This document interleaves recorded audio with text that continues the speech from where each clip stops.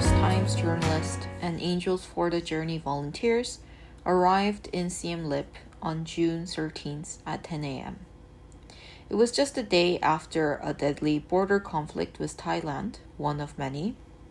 Cambodia's prime minister had severed electricity and internet lines from its neighbor, and this decision left regions like Siem Reap, already lacking in infrastructure, suddenly disconnected from the outside world. As the wet season approached, the entire region felt suspended between political uncertainty and the everyday struggle for survival. The missionary pastor and his wife, both South Korean missionaries who have lived and served in Cambodia for nearly a decade, revealed stories that don't make the headlines. Our conversation ranged from Cambodia's concerning education system and its $2,000 GNI per capita, which is about 15 times lower than Korea's and nearly 40 times lower than America's. Children in Cambodia are, as the pastor's wife said, already grown by age 12. It isn't poetic exaggeration. In Siem Reap, barefoot kids, some holding colorful scarves embroidered with elephants, others selling bracelets in the color of their national flag, roam the streets instead of sitting in classrooms. For many children, school is not a sanctuary. According to the locals, teachers are underpaid at roughly $1,200 annually and often sell test answers or favor students whose parents can pay bribes. In classrooms where multiple ages are grouped together due to low enrollment and high dropout rates, it's not uncommon to see students dragging backpacks to school in silence, unstimulated and unmotivated. The pastor explained, though education is technically mandatory, no one is really teaching them. There is no reward for learning when the system is so deeply broken. This is the gap that Angels for the Journey hopes to narrow. With suitcases full of school supplies, electronic devices, and fun activities complete with instructions translated into Khmer, we travel to 3 church schools: the HESED Bible School, the Tent of David in Module 3, and the Tent of David in Bethel Takam. At each location, Cambodian students greeted us with choreographed dances set to songs praising God, performed in a one-car garage-sized space. Without hesitation, they would teach us the dance moves, and we joined them on stage. We didn't know the steps, but dancing became our first shared language, soon followed by eye contact and giggles.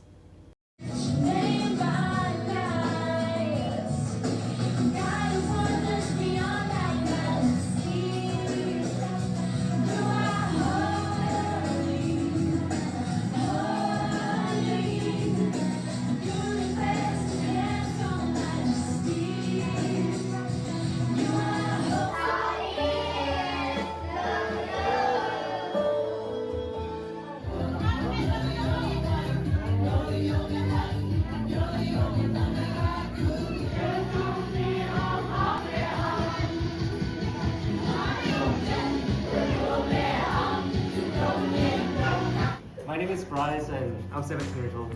Nice to meet you. My name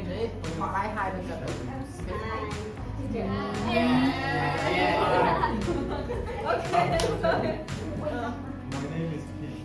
Say your name. Hi, Kim. My name is Owen. I'm 18 years old. Hi, Owen. My name is Romin. I'm 18 years old.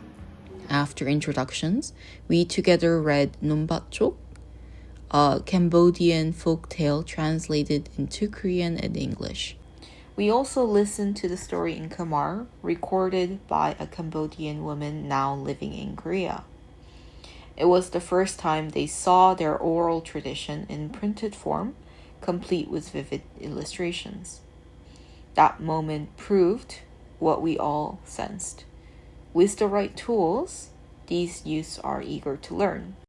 Afterwards, traditional Korean games like yunori, 공기, 딱지, and 제기차기 quickly became a favorite amongst the Cambodian youths. In 공기 and 딱지, they beat us every time. One girl turned the paper airplane station into a folding masterclass, showing us faster, more aerodynamic folds. A little girl named Yaya gifted a heart-shaped origami. Others let their imagination run wild with coloring supplies and clay. When we laughed, they laughed harder.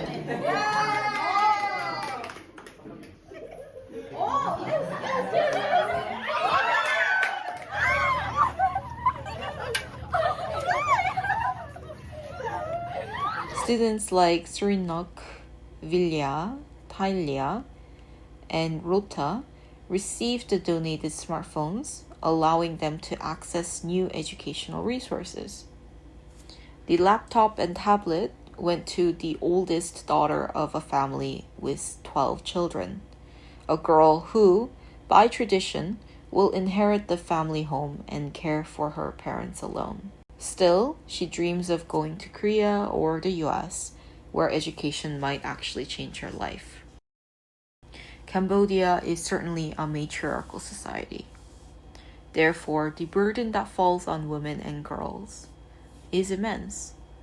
Mothers are often away working. Fathers, though present, are sometimes violent or absent in other ways. The pastor's wife told us, when we first opened the school, the kids joked about hitting each other. That was what they saw at home. They did not know how to show affection. That's why our time there mattered. It was not just about the material donations, but the connections. One child's smile, another's trust. Even shy attempts to read our LeadersTimes t-shirts out loud felt significant. As the pastor's wife said, this visit is more than just a fun day, it's a spark. You're the first youth group to visit. This gives them a reason to keep going. At Bethel Takam, in particular, the most remote of our visits, nearly 70 students packed in a modest worship space. They danced, they sang, they shouted Akum, thank you, as they each received school supplies one by one. Words of gratitude were exchanged. Although we come from different cultures and speak different languages, I believe this meeting and the gift of these electronic devices will help us all move forward. The Cambodian children never asked us to fix their country, but they hoped we would see them again and remember them. So we promised this. Angels for the Journey will return with more volunteers, more donatable devices, and more time. Committed to the idea that education is not a privilege, we hope to support and grant them that right. And sometimes, all it takes to open the door is a paper airplane, a storybook, or a cell phone. Upon our return to Seoul, we, together with the missionary pastor, are currently working to build a library for children and young adults in Siem Reap. Among the books to be supplied are Cambodian folktales that the Cambodian youths themselves have written down in Khmer, like Amok and Phnom Pro Phnom Srei.